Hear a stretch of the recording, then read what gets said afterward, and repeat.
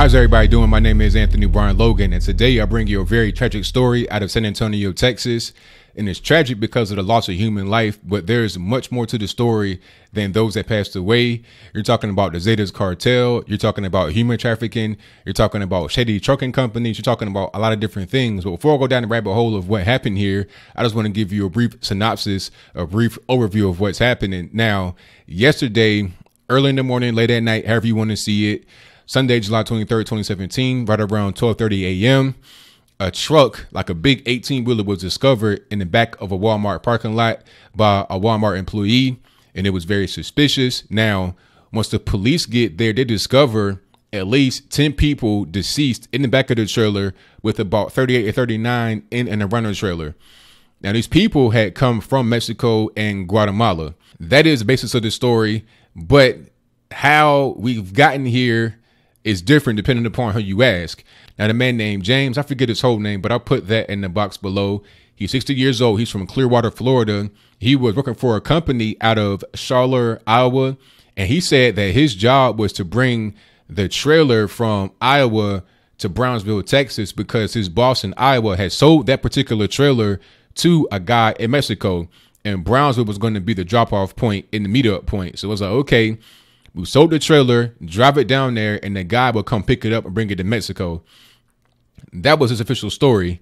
But also he said that he was in Laredo, Texas to get a car wash or something like that. So I'm like, okay, if your purpose was to go from Iowa to Brownsville with the trailer, then why'd you go to Laredo? And how did you end up in San Antonio? Because that's where the trailer was found at the end. Laredo is south of San Antonio, and it's north of Brownsville. So what are you doing there? It does not make any sense. Now, the guy said that he had no idea that anybody was in the back of the trailer. He had no clue. He was just taking it from Iowa to Brownsville, and that's it. And he went to San Antonio to stop and urinate. That's what his story was. So he gets caught right there with the people. Now, I don't know why he didn't leave. I don't know what's going on, but that was his story. Now, according to somebody that got rescued or that was found in the trailer, according to what they said in the criminal complaint, which I put in the box below so you're able to read it in full and get a better understanding of what's going on here. He said that he came from Aguas Calientes, literally hot water, Mexico, which is like right in the central part. It's North Mexico City, but it's further south than Texas. It's not that close to Texas, but it's not that far away either. He said that the purpose of him being in the trailer was because he came from his home at Aguas Calientes and went to Laredo, Mexico to be trafficked from there up to San Antonio. That was the whole purpose. That was where he was going. And he said that before he got into the actual trailer, it was a whole big journey. They had to cross a river and they had to pay the Zetas and or other people to get them to cross. I think he paid like 11,000 Mexican pesos and 1,500 more for protection. And then he was going to pay 5,500 US dollars once he got to Texas to the cartel for his journey and his arrival to Texas. That's what he said in a criminal complaint. So then once he crosses the actual river, he gets into a truck, not the actual 18-wheeler, but like a pickup truck. And he gets sent to the actual 18-wheeler from that point. He says once he get there, it's already people in the truck and it's already hot. It's already like 70 people in there. And they're put in there for like a day and just kind of like held right where they are. And then when they get ready to leave at night, their doors open and then they're giving wristbands or something like that with a color on it. Because once they got to San Antonio, the plan was to have people already there waiting on them to pick them up. And they'll be able to identify who they're going to get based upon the color that they had on. So that was the plan. So they're put into the truck and they're driven from Laredo up to San Antonio. Now, during the trip, it's hot. You know, it's South Texas, summertime, you know, like desert light heat. It can get up to 100 degrees at night. So it was very hot. And in the trailer, there was no AC and there was no ventilation. People had made a hole in the actual side of the trailer, and they were taking turns breathing from the very small hole. So it was desperate conditions. People were hot. There was no water. You couldn't breathe.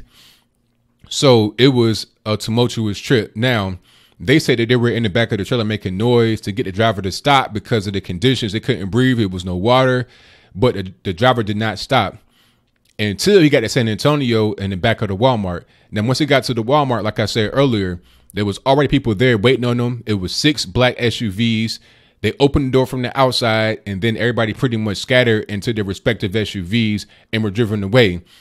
However, not everybody was able to get into an SUV, and not everybody was able to make it out of the trailer. 10 people died. Now, this is not an uncommon occurrence in South Texas. It's very common because you got a lot of human trafficking going on. I've said that before in previous videos when you're talking about ending the drug war. What about human trafficking? That's a very big industry. Like I said, the person was going to pay $5,500 just to transport one person himself to the cartel. And that's US dollars. And I think one person paid like 60,000 Mexican pesos just to be able to cross the river and get into the actual trailer, not include anything after once he got to the US, right? Once he got to San Antonio. So there's big money in the human trafficking just because, drugs, there's a lot of, Hollywood glitz and glamour that's behind it. Does not mean that's the only way you're able to make money in large amounts of it. But I digress. Now, the guy who was the driver is pretty much done. I'm not really sure where that story came from. It did not make any sense. If you're coming from Iowa to Brownsville, you don't go to Laredo as a pit stop, and you don't wind up in San Antonio, right? Because San Antonio is north of Brownsville and it's also north of Laredo. So you wouldn't go from Iowa past San Antonio and go west of Brownsville, which is like the southernmost point of Texas, to Laredo, and then go back up north to San Antonio to go back down south. It does not make any sense, but that's what he said happened. Obviously, it's not true, but this is not the first time this has happened in Texas. I think it was another situation in Victoria, Texas in 2003. It's a lot of human trafficking that goes on right there at the border, a lot of smuggling happening. That's a big issue. Now, some would say that this is being ramped up because of fear of detection from Trump. I saw my man on CNN, Chris Cuomo, I saw him say that. I've heard numbers as high as 100 people. And as you know from your work on the border, this is the reality. And there is an urgency now to squeeze ever more people into these trips across the border because of concerns about detection. It's really ridiculous. It's like, look, if you're going to come into the country, you should fear detection. If you're going to come illegally, for sure. This is not Trump's fault. This is not anybody else's fault but those that decided to go take their journey, and also the human traffickers themselves. Because look, everybody knows that you cannot just come over here willy-nilly. Everybody knows that it should be a deterrent rather than, an incentive to come over here illegally. If you want to come over here to the United States, come legally, come one, come all, but do not engage in human trafficking. Do not decide to pay drug cartels to get you across the river and into a trailer. Because things like this happen. Very unfortunate. And I feel for those that passed away and their families. They got wives, kids, or whatever, lost a loved one. But this situation could have been easily avoided if they did not do the illegal thing. Come to the country the right way rather than paying people that are on the seedy underbelly of society to bring you in the wrong way. So what do you think? Do you think the situation could have been easily avoided if they did not come illegally, if they came through the front door rather than the back? Do you think it's Trump's fault because we've seen an uptick in deportations and raids and stuff like that? Now, I don't see how that makes any sense. At the end of the day, you must follow our laws. If I'm an American citizen and if I break any laws, I go to jail, then why is it any different for anybody else? It's funny how people say that they're undocumented migrants as to somehow give them some kind of status in our country as a legitimate person and not illegal. But then at the same time, put them above the law. It's like, look, if you're going to be one of us, if you're going to be an American, you got to be in line with the law. If I break the law, I go to jail, and so shall you. But it's very unfortunate, everybody that died. I'm not going to laugh at their death, but at the same time, this could have been avoided. But do you think there's more to the story? Did I miss anything? Did I leave out any small detail that you would like to talk about? Whatever your comments are, let me know in the comments below. And that's all I got to say for this video. If you like what you heard, please comment, rate, share, and subscribe. Peace.